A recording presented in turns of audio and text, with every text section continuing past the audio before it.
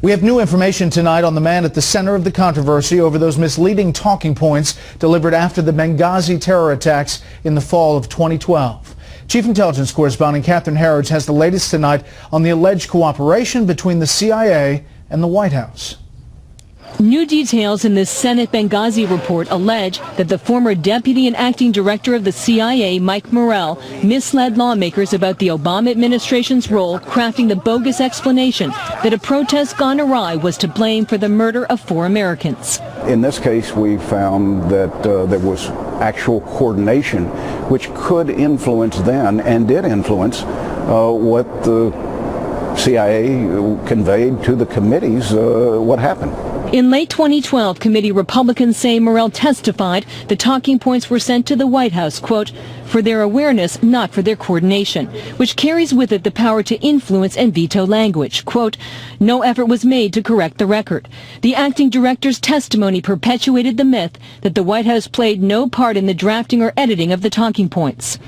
After Morell's 2012 testimony, committee Republicans insisted on reading the raw email traffic in the days leading up to then Ambassador Susan Rice's Sunday show appearances. What we kept saying is that you had these meetings, you had these emails back and forth.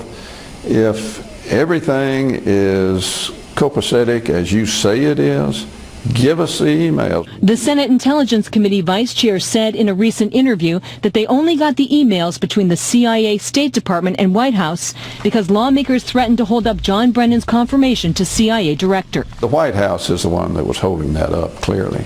Once the emails were released, Republican lawmakers say the conflict with Morell's testimony was clear. Morell, who at the time was CIA Director David Petraeus' number 2, was at the heart of the process, cutting some 50% of the text, and White House coordination began at the earliest stages. Also in late 2012, Morell and Rice met with Republican Senators Ayotte, McCain, and Graham, who claimed he blamed law enforcement for the changes. What I found curious is that he did not accept responsibility for changing the talking points. He told me the FBI had done this. I called the FBI. They went ballistic. Within 24 hours, his statement was changed where he admitted the CIA had done it. New details confirmed by Fox News suggest a similar scenario played out before the House Intelligence Committee chaired by Republican Mike Rogers.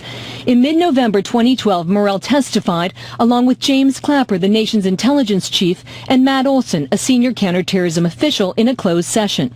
When asked who was responsible for the talking points first requested by Rogers' committee, sources familiar with the testimony told Fox Clapper said he had no idea, while Morell remained silent. If your silence does create a misleading impression, even if you don't have a strict legal obligation to speak up, I think as a public official, somebody entrusted, infused with a public trust, you do have an obligation to speak up, to make the truth known. In May 2013, Morell was asked to testify a second time before the House committee. Sources say he then admitted changing the talking points, but offered shifting explanations. Among them, that exposing the failure of Mrs. Clinton's State Department to act on repeated security warnings seemed unprofessional. 2 sources say Morell insisted the talking points were an afterthought at a September 15th meeting where the text was finalized. But this email from the president's deputy, Ben Rhodes, suggests otherwise. If you're not getting the full truth in those questions, well, then you can either abandon your oversight function or you could call those people back. Since retiring from the CIA, Morell has taken on high-profile assignments for the administration. He's a paid TV commentator for CBS News and now works for Philippe Reines, who's been described as Mrs. Clinton's gatekeeper.